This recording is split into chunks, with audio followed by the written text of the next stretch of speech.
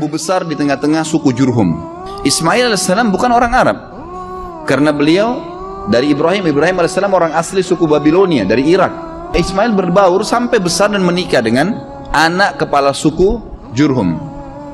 Setelah menikah, tapi tidak disebutkan di sini prediksi umurnya Ismail alaihissalam, maka datanglah Ibrahim alaihissalam diperintahkan oleh Allah SWT untuk mengunjungi Mekah. Beliau datang mengunjungi istrinya. Tapi pada saat itu yang saya dapat dalam buku sejarah adalah setelah Ismail menikah dengan anak kepala suku Jurhum. Datang, dan Ismail ini sangat gemar alaihissalam berburu. Maka dia pun lagi keluar berburu. Ibrahim datang ke rumahnya lalu bertanya pada istri dari belakang pintu, "Di mana suamimu?" Dikatakan lagi pergi berburu. "Berapa lama kira-kira biasa dia berburu?" "Ya, sekitar sebulan baru kembali." Kemudian kata Ibrahim, "Bagaimana kehidupan kalian?"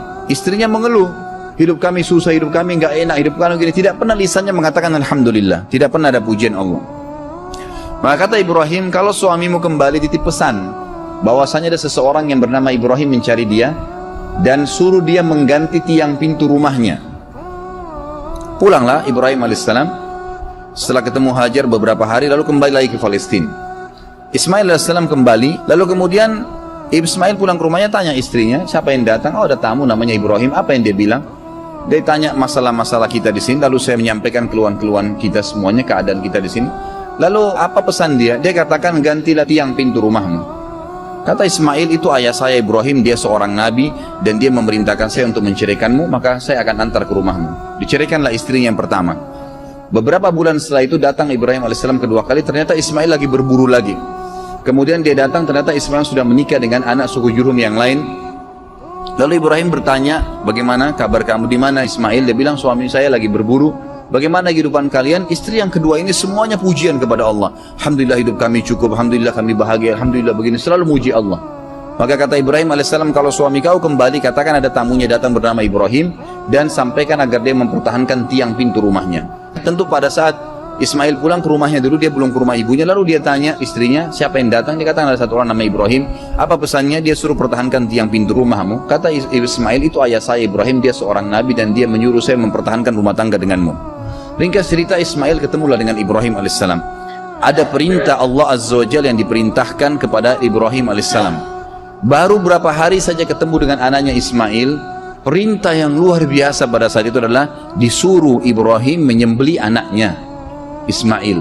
Dan yang luar biasanya, perintah ini hanya datang dalam bentuk mimpi saja. Dan perlu kita tahu, para nabi-nabi kalau mimpi itu semua berita benar. Dia mimpi menyembelih anaknya. Lalu Ibrahim alaihissalam dalam surah Anbiya, dalam surah Ibrahim diceritakan, dia berkata kepada Ismail bahwasanya, "Saya melihat dalam mimpi saya menyembelih kamu, bagaimana pendapatmu?" Maka Ismail menjawab dengan sangat santun, sangat baik, "Wahai ayahku, lakukanlah apa yang sebenarnya kau diperintahkan dan kau akan dapat saya termasuk orang-orang yang sabar." Akhirnya Ibrahim dan Ismail AS sepakat, "Ayo dah kita jalani apa perintah Allah."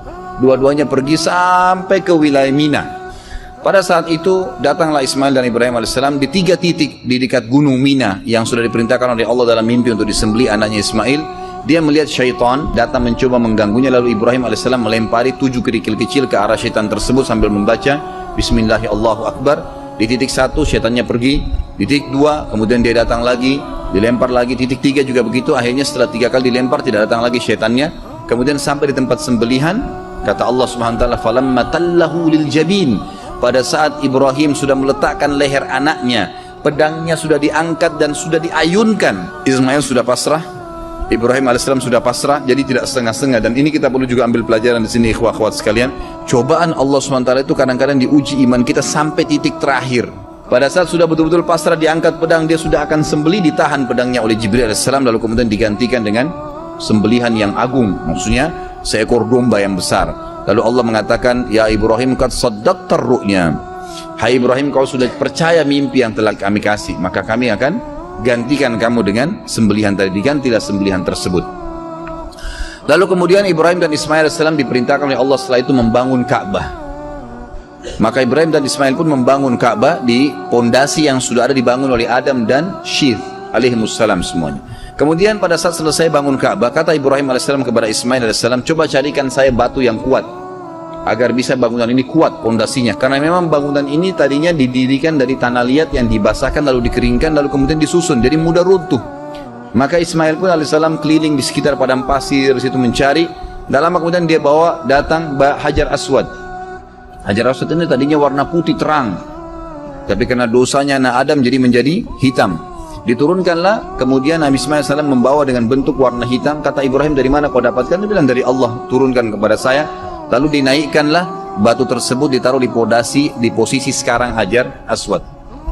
Setelah selesai, Allah subhanahu wa ta'ala menyempurnakan, berkata kepada Ibrahim melalui Jibril AS, perintahkan wahai Ibrahim seluruh manusia di muka bumi agar haji. Dalam riwayat sahih kata Ibrahim AS, sampai di mana suaraku ya Allah? Nggak bisa, suaraku nggak mampu nyampein ke seluruh pelosok muka bumi ini. Kata malaikat Jibril, ma'alaika illal balagh, tugasmu hanya menyampaikan. Maka Ibrahim AS pun mencari gunung tertinggi di Mekah pada saat itu. Sebagian ahli sejarah mengatakan di Jabal Rahmah yang ada di Arafah. Tapi ini sebuah asar, tidak disebutkan tentang kesahihannya. Ada yang beriwayat mengatakan naik di atas Ka'bah lalu berteriak, mengatakan, wahai sekalian orang-orang yang beriman, berhajilah. Dalam riwayat ini dikatakan suara Ibrahim AS dibawa oleh angin ke seluruh pelosok muka bumi, dan semua orang beriman dengar dan kemudian mereka datang.